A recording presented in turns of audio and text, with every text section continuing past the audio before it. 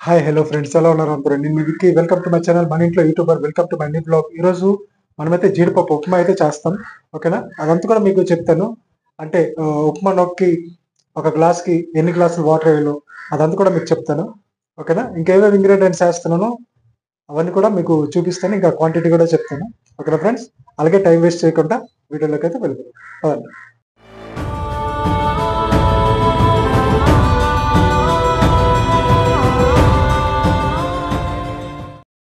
Friends, జీడిపప్పు ఉప్మా చేయడానికి అయితే ముందుగా నేను ఒక 3 పచ్చిమిర్చి అయితే తీసుకున్నాను, కట్ చేసుకున్నాను. అలాగే 3 మీడియం సైజు ఉల్లిపాయలు అయితే కట్ చేసుకున్నాను. అలాగే 1 ఇంచు అల్లం, ఓకేనా, శుభ్రంగా కడిగేసి చిన్న చిన్న పీసెస్లో అయితే కట్ చేసుకుందాం.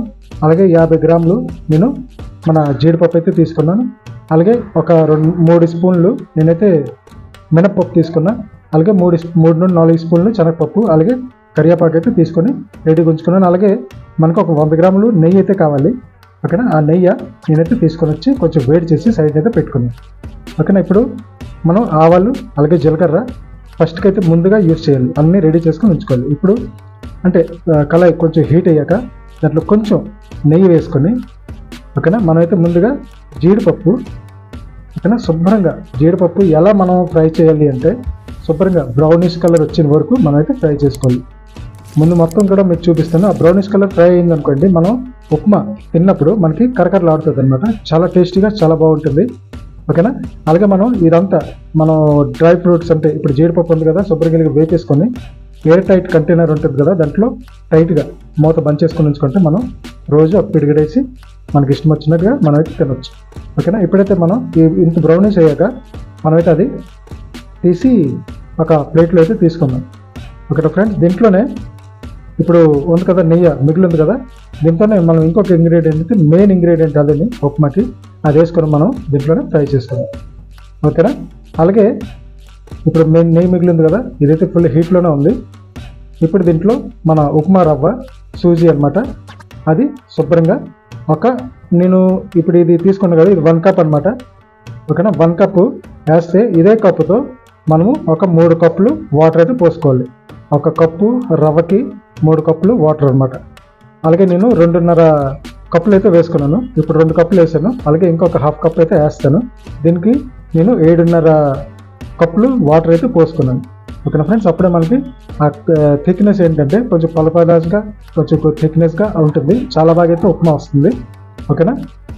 ఇప్పుడు మిగిలిన నెయ్యిలో మనమైతే శుభ్రంగా ఇది సూజీ అనేది ఉప్మా రవ్వ అనేది శుభ్రంగా ఫ్రై చేసుకుందాం. ఫ్రై ఎంతవరకు చేయాలంటే లైట్గా బ్రౌనిష్ కలర్ అయితే రావాలి, ఓకేనా? 2 కప్పులు వేసాను కదా మనం ఉప్మా రవ్వ.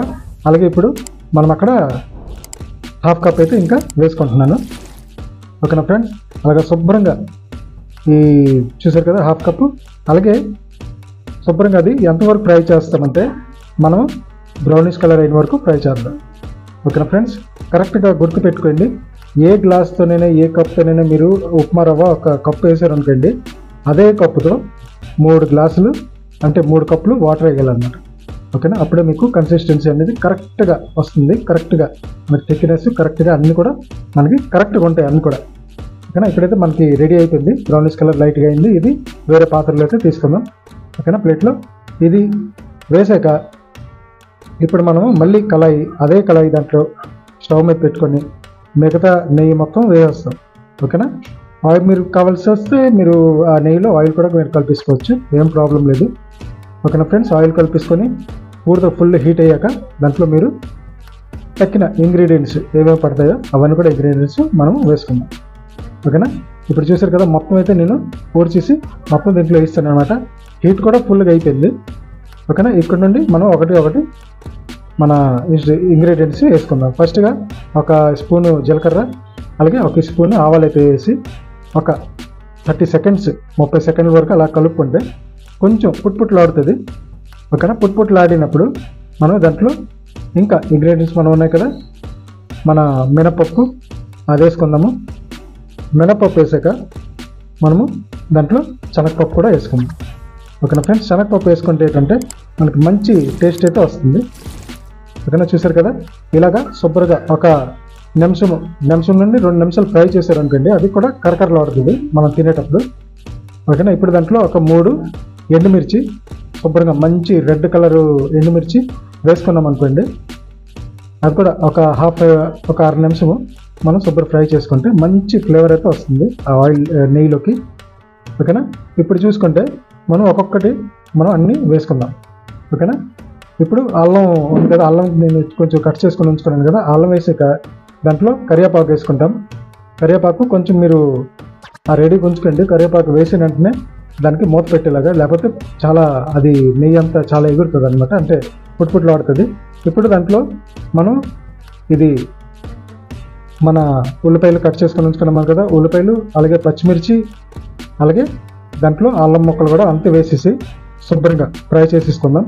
ఓకేనా. ఇది ఇలాగా ఫ్రై అయ్యేటప్పటికి మనము ఇప్పుడు ఏ కప్తో తీసుకున్నామో ఉప్మా రవ్వ, అదే కప్తో 1 కప్పు ఉప్మా రవ్వ అయితే 3 కప్పులు వాటర్ వేయాలన్నమాట. అదే ప్లేట్ దీంతో అయితే నేను 2.5 కప్పులు ఉప్మా రవ్వ వేసాను, అందుకే నేను 7.5 కప్పులు వాటర్ అయితే వేసుకున్నాను. ఓకేనా. 7.5 కప్పులు వేసుకొని దీనికి శుభ్రంగా కలిపేసి ఇంకా మనకి కావాల్సినంత మనం దీంట్లో ఉప్పు వేసుకుందాం. ఓకేనా ఫ్రెండ్స్. ఉప్పు వేసుకొని శుభ్రంగా అయితే మనం దానికి బాయిల్ చేసుకోవాలి ఫస్ట్గా. ఓకేనా. మనకి ఎంత ఉప్పు కావాలో నీట్గా వేసుకొని అన్ని ఇంగ్రీడియంట్స్ వేసేసాను. ఇప్పుడు నాకు ఎంత ఉప్పు కావాలో కావాల్సినంత ఉప్పు వేసుకొని మనమైతే దీనికి ఫుల్ బాయిల్ చేయాలన్నమాట ఒక 2 నిమిషాలు.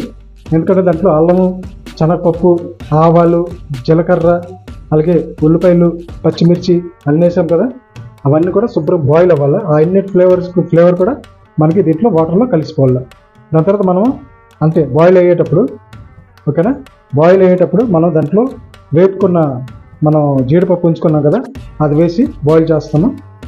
అంటే బాయిల్ చేస్తామంటే వేసిన వెంటనే మనం దాని తర్వాత సిమ్లో పెట్టుకొని సూజీ అనేది ఉప్మా రవ్వ వేపుకొని ఉంచుకున్నాం కదా, ఇది కూడా ఫ్రై చేసుకొని ఉంచుకున్నాం, అది వేస్తుండి స్లోగా వేస్తుండి కలుపుకోవాలా, లేకపోతే ఉండలాగా తయారవుతుంది, తినడానికి అసలు బాగుంటుంది. ఓకేనా ఫ్రెండ్స్. అలాగే చేసుకుంటే మీకు చాలా బాగుంటుంది. ఓకేనా. చూసారు కదా ఇప్పుడు ఎలా కలుపుతున్నానో అలాగే మీరు కూడా కలుపుకొని చేయండి, లేకపోతే ఉండలు అయిపోతుంది. ఓకేనా. నెమ్మదిగా కలపండి. కలిపి కొంచెం అది చక్కగా అయ్యేటప్పటికి మీరు సిమ్లో ఉంటుంది. ఓకేనా ఫ్రెండ్స్. సిమ్లో ఉన్నప్పుడు మీరు అది మూత పెట్టేయాలి, లేకపోతే ఉప్మా ఉడుకుతుంటుంది కదా, అది మొత్తం కూడా బాయిల్ అయినప్పుడు అది బయటికి అంటే తుల్లుతుంది అనమాట. ఓకేనా. తుల్లేటప్పుడు మన చేయి మీదైనా మొక్కల మీదైనా బట్టల మీదైనా పడిందంటే ఒక మచ్చలాగా లేకపోతే చెయ్యి కాలడం అవుతుంది. దానికంటే అన్నిటికన్నా బెస్ట్ ఏంటంటే మనం అది అక్కడికి మూత పెట్టేసామనుకోండి బెస్ట్. ఓకేనా. ఇప్పుడు ఈ కన్సిస్టెన్సీ వచ్చింది కదా, చూడండి ఇప్పుడు ఎలా తుల్లుతుందో అది బుడకలలాగా. ఓకేనా. చూడండి ఇప్పుడు మనం దీనికి మూత పెట్టేద్దాం. సిమ్లోనే ఉంటుంది. ఒక్క 10 సెకండ్లు సిమ్లో పెట్టి అది అయిన వెంటనే మనం మూత తీసేసి స్టవ్ అయితే ఆఫ్ చేసేయాలి. ఓకేనా. ఇప్పుడు మనం చూసారు కదా ఈ అంత బాగా కన్సిస్టెన్సీ అయితే రావాలి. ఇంత థిక్నెస్గా, ఇంకా ఎక్కువ పలచగానే బాగుండదు, అలాగే ఎక్కువ థిక్గా ఉన్న ముద్దగైనా పర్వాలేదు, అంటే బాగోదు. అలాగే జీడిపప్పు అన్నీ కూడా బాగా ఉడికినాయి. ఓకేనా ఫ్రెండ్స్. ఇప్పుడైతే మనం ఒక ప్లేట్లో వేసుకొని శుభ్రంగా బ్రేక్ఫాస్ట్, అంటే హెల్తీ బ్రేక్ఫాస్ట్ అనమాట ఇది. ఓకేనా. మీరు కూడా ట్రై చేయండి, ఈ రెసిపీ చాలా చాలా చాలా బాగుంటుంది. అలాగే నేనైతే దీంతో మనకి మంచి కాంబినేషన్ ఏదంటే పలుకుల చట్నీ. ఓకేనా ఫ్రెండ్స్. పలుకుల చట్నీ మీరు చేసుకుంటే చాలా బాగుంటుంది. అలాగే ఒక చిన్న ముద్ద ఇలా తీసుకొని తెల్లరి ఆ పలుకుల చట్నీలో పెట్టి మనం తింటే ఆ రుచే వేరే అనమాట. ఓకేనా ఫ్రెండ్స్. మనమైతే బ్రేక్ఫాస్ట్లో ఈరోజు ఇదే చేసాం. మీరు కూడా ఇది ఒకసారి ట్రై చేయండి, నేను ఎలా చెప్పిన అలా ట్రై చేశాక ఇదే కన్సిస్టెన్సీలో మీరు పెసరట్టు చేస్తారు కదా, పెసరట్టు ఉప్మా అంటారు, పెసరట్టు వేసేసి దాని మీద ఇదే కన్సిస్టెన్సీ థిక్నెస్ అంటే పలుసగా లైట్ పామేసి దాంట్లో కొంచెం క్యారెట్ వేసి చేసుకుంటే చాలా బాగుంటుంది. అలాగే అంటే ఇప్పుడు కరివేపాకు ఆకులు ఉన్నాయి కదా, అది కూడా మనకి హెల్త్కి చాలా మంచిది, హెయిర్కి. అలాగే మన హెయిర్ ఫాల్ చాలా వరకు అవుతుంది అనమాట. కరివేపాకు అయితే మీరు కంపల్సరీ వేసుకొని తినండి ఆకులు జల్లి కంట. ఓకేనా ఫ్రెండ్స్. ఈ రెసిపీ మీరు కూడా ట్రై చేయండి, నచ్చినట్లయితే లైక్ చేయండి, మంచి కామెంట్ అయితే పెట్టండి. అలాగే ఎవరైనా కొత్త వాళ్ళైతే ప్లీజ్ మన ఛానల్కి సబ్స్క్రైబ్ చేసుకోండి. ఓకేనా. Thank you.